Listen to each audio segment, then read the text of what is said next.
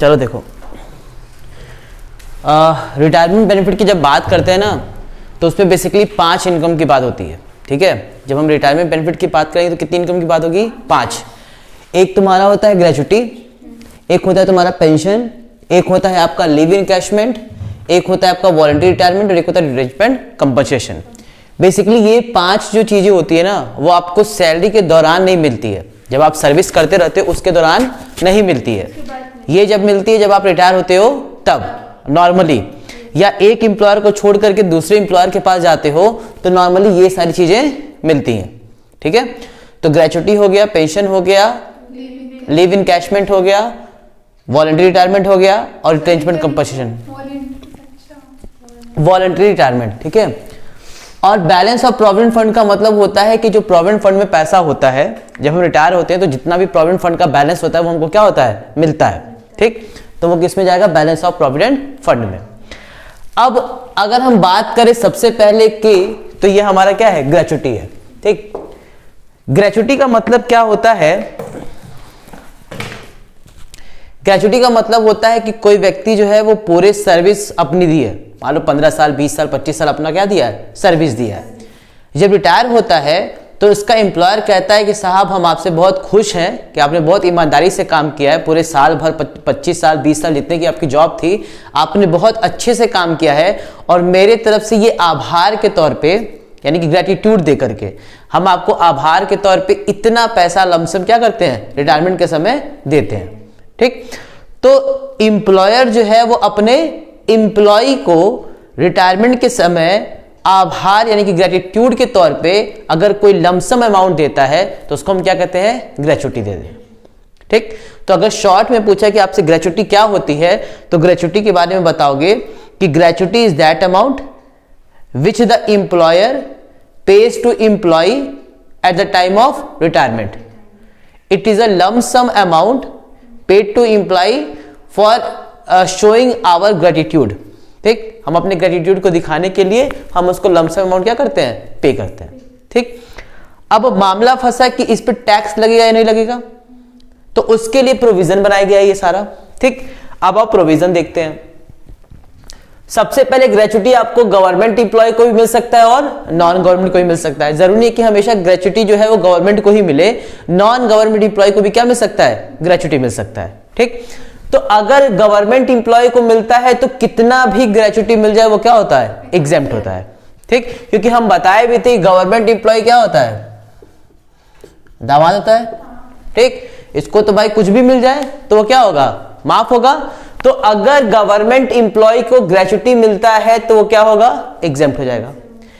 लेकिन अगर non government employ को मिलता है तो उसमें दो बातें देखी जाती हैं कि क्या वो ग्रेचुटी एक्ट में कवर्ड है या वो ग्रेचुटी एक्ट में कवर्ड नहीं है। एक आपका एक्ट है gratuity act, payment of gratuity act 1972। ये 1972 में क्या बनाया गया है? पेमेंट ऑफ ग्रेचुटी एक्ट बनाया गया है। तो अगर एक्ट का मतलब होता है अगर एक्ट के द्वारा आप गवर्न होते हो तो एक केस, और एक्ट के द्वारा गवर्न नहीं होते हैं तो दूसरा केस। अगर आप एक्ट के द्वारा गवर्न होते हो तो उस केस में क्या होता है? ग्रेचुटी जो रिसीव हुई है वो अमाउंट, उसमें से माइनस कर देंगे exemption under section 1010।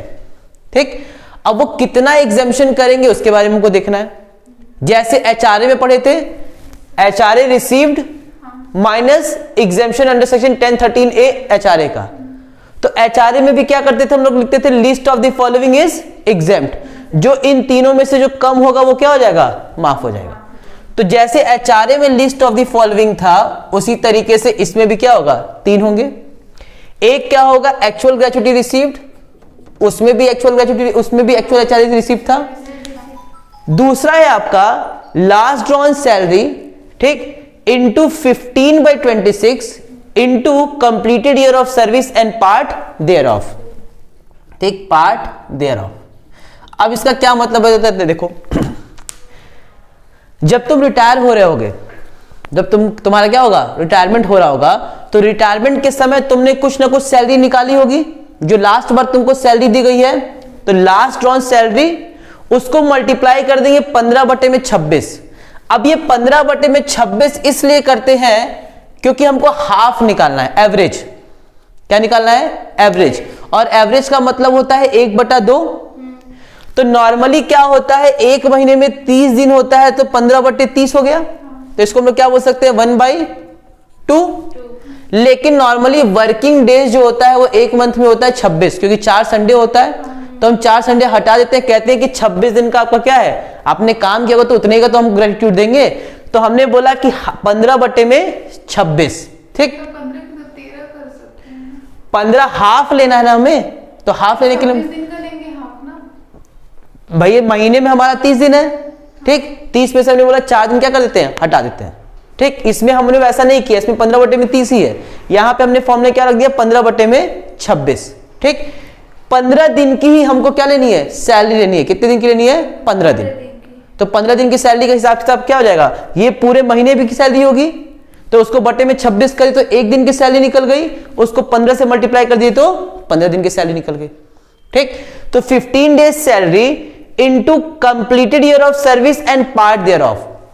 Completed year of service and part thereof का मतलब होता है अगर कोई व्यक्ति 26 साल और 6 महीने काम किया है, ठीक, तो ये मान लिया जाएगा कि तुमने कितने साल काम किया है? 27, ठीक। अगर कोई व्यक्ति 26 साल 7 महीने काम किया है तो ये मान लिया जाएगा 27 साल, ठीक है। यानी कि 6 महीने या 6 महीने से ऊपर अगर तुमने काम कर दिया तो वो पूरा साल मान लिया जाएगा। 5 महीने होगा तो 26 साल हो जाएगा। यानी कि अगर केस में बोलता है 26 साल 5 महीने, तो इसका मतलब कि कितना होगा? 26 होगा। 6 या 6 से ज्यादा होगा तो अगला साल, और 6 से अगर कम हो गया तो पिछला साल, ठीक। यानी कि completed year of service and part thereof का मतलब क्या हो गया? जितना साल आपने काम किया है वो, प्लस अगर आपने एक्स्ट्रा महीना काम किया है, तो अगर वो 6 महीने से ज्यादा है तो 27 मान लेंगे, यानी कि नेक्स्ट ईयर मान लेंगे, और अगर उससे कम है तो पिछला ही साल रहेगा, ठीक है। अच्छा, और तीसरा क्या है? लिमिट बनाई गई है 20 लाख, या तो तीनों में से जो सबसे क्या हो? कम हो। तो या तो ये जो एक्चुअली तुमको रिसीव हुआ है, या तो ये जो कंप्यूट करने पे आया, या फिर 20 लाख जो तीनों में से कम होगा वो ले लिया जाएगा। 20 लाख रुपया हाईएस्ट लिमिट तय की है, ठीक है। यही सेम प्रोसीजर यहां भी है, एक्चुअल सेम वही वाला है, ठीक। 20 लाख भी सेम वही वाला है, बस चेंज क्या हुआ है? ये वाला। इसमें बोला है कि 15/30 यानी कि हाफ, यानी कि 1/2 इंटू 10 महीने की एवरेज सैलरी। तो 10 महीने की सैलरी निकाल देना और उसको फिर 10 से क्या कर देना? डिवाइड कर देना, क्योंकि एवरेज का मतलब ही क्या होता है? टोटल ऐड करके divide by number of years. तो यहां पे टोटल हमारा 10 महीने की सैलरी ऐड कर देना, ठीक, जितनी भी होगी, और उसको फिर किससे डिवाइड कर देना? 10 से, ठीक। तो एवरेज सैलरी का फॉर्मूला तुम लोग लिख सकते हो, average salary is equal to 10 महीने की सैलरी अपॉन में 10, ठीक है। तो निकल जाएगा, उसको मल्टीप्लाई कर देंगे कंप्लीटेड ईयर ऑफ सर्विस। किससे मल्टीप्लाई करें? इसको हटा देना, कंप्लीटेड ईयर ऑफ सर्विस। इसमें पार्ट ईयर ऑफ नहीं होगा, ठीक है। इसमें क्या होगा? पार्ट ईयर ऑफ, लेकिन इसमें पार्ट ईयर ऑफ नहीं होगा। इसका मतलब कि अगर कोई काम करता है 26 साल 6 महीना तो भी कितना होगा? 26 साल। कोई काम करता है 26 साल 11 महीने तो भी कितना होगा? 26 साल, ठीक। क्या ये not covered under gratuity act है ना, यानी कि ग्रेच्युटी एक्ट में कवर नहीं होता है, तो वहां पे फॉर्मूला क्या बनाया गया है? ये बनाया गया है।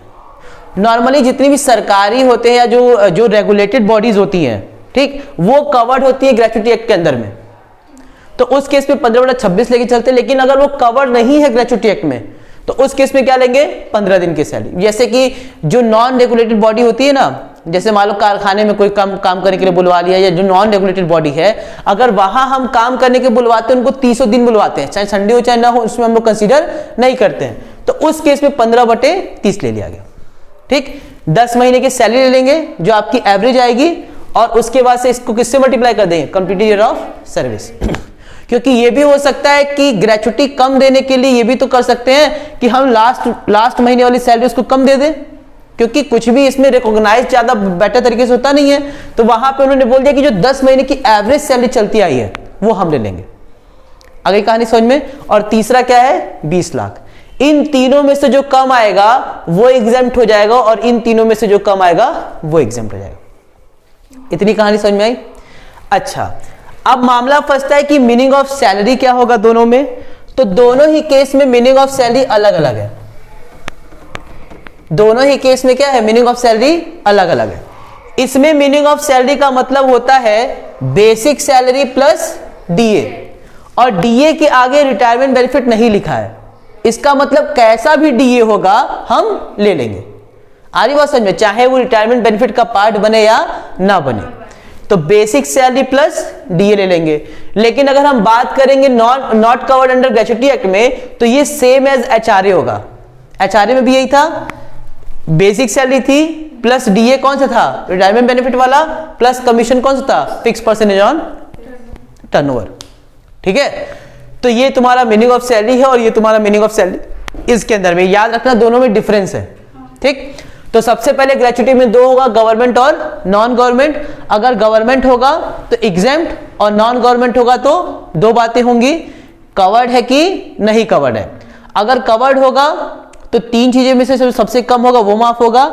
Actual gratuity received, last drawn salary into 15/26 into completed year of service and part thereof, और तीसरा क्या होगा? ₹20 लाख। उसमें क्या होगा? Not covered under gratuity act में एक्चुअल अमाउंट रिसीव्ड, दूसरा 15/30 upon 15/30 into 10 months average salary into completed year of service and completed year of service, बस। और तीसरा क्या है? ₹20 लाख। तो ये दोनों कॉमन रहेंगे, बस तुमको ये वाला चीज याद रखना है। ठीक है, और मीनिंग ऑफ सैलरी इसमें बेसिक सैलरी और डीए होगा, और उसमें basic salary plus DA retirement benefit वाला plus commission fix percentage on turnover. ठीक है, पक्का? दो तीन बातें याद रखना। पहला कंडीशन लेयर इसमें लिखवा देंगे अभी। पहली कंडीशन लिखते ही चलो, अगर ग्रेच्युटी जो है पॉइंट नंबर 1, या इसको मिटा देते हैं इसका, ठीक है, इसका हमारा काम नहीं है। इसमें एक पॉइंट याद रखना पहला, कि अगर ड्यूरिंग द सर्विस मिलेगा, ड्यूरिंग द सर्विस, ठीक, ग्रेच्युटी ड्यूरिंग द सर्विस का मतलब काम करे तभी मिल गया, अभी हम काम करना छोड़े नहीं है, तो ड्यूरिंग द सर्विस जितना भी मिलेगा वो टैक्सेबल हो जाएगा। ठीक है। पॉइंट नंबर 2, अगर मैंने एक एम्प्लॉयर को छोड़ा और एक एम्प्लॉयर से मुझे ग्रेच्युटी मिल चुका है, ठीक, मान लेते एक एम्प्लॉयर से मुझे ग्रेच्युटी मिल चुका है एग्जांपल के तौर पे 8 लाख का, हो सकता है ना। मान लो मैं एक जगह काम करता हूं एक्स कंपनी में, 10 साल वहां काम किए, 10 साल में मेरी ग्रेच्युटी कितनी हो गई? 8 लाख। अब हम वहां से क्या हो गए? रिटायर हो गए, तो हमको कितनी ग्रेच्युटी मिल गई? 8 लाख की। अब दूसरे जगह जब हम ग्रेच्युटी निकालेंगे, ठीक, दूसरी जगह भी तो रिटायर होगा ना 10 साल बाद या 12 साल बाद, तो जब दूसरे साल जब रिटायर होगा तो उस केस में ये जो लिमिट है वो 20 लाख में से 8 लाख क्या हो जाएगी? माइनस हो जाएगी। आ गई बात समझ में? यानी कि जो मैक्सिमम लिमिट होगी वो 8 लाख से क्या हो जाएगी? कम हो जाएगी। तो तीनों निकालेंगे ना? तीनों निकालोगी, लेकिन अब 20 लाख नहीं लोगी, अब कितना लोगी? 12 लाख। क्यों? क्योंकि 8 लाख पहले तुम्हारा क्या हो चुका है? माफ हो चुका है। तो 12 लाख मतलब अब 12 लाख ये और ये, इन तीनों में से जो कम होगा वो लोगे, ठीक। अब 20 लाख नहीं, जैसे फॉर एग्जांपल तुमको एक्चुअल में ग्रेच्युटी रिसीव हुई है 15 लाख एग्जांपल, और यहां पे कितना है? 7 लाख है, ठीक, और यहां पे कितना है? 12 लाख। मान लेते इसको भी कर देते हैं 11 लाख, ठीक है। ये 15 लाख आया, ये 11 लाख आया, और मैक्सिमम लिमिट कितनी थी? 20। तो 15, 11, 20 में तो सबसे कम क्या आता? 11 आता। लेकिन चूंकि ये हमने देखा कि इसको पहले ही 8 लाख क्या हो चुका है? मिल चुका है, तो अब देखेंगे 15, 11 और 12 में से कम क्या है, तो इन तीनों में से भी सबसे कम क्या आ रहा है? यही आ रहा है, तो ये ले लेंगे। अगर मान लो यही कितना होता? 13 लाख, तो उस केस में क्या लेते? 12 लाख लेते। क्वेश्चन में रहेगा ग्रेच्युटी इतना? यस, उसके पहले अगर क्वेश्चन में बोलेगा तभी करेंगे, अगर क्वेश्चन में नहीं बोलेगा तो नहीं करेंगे, नहीं करेंगे, ठीक है। कोई दिक्कत? चलो अब भाई लो पेंशन, पहले आज सब लिखवा देते हैं, फिर क्वेश्चन इकट्ठे करेंगे।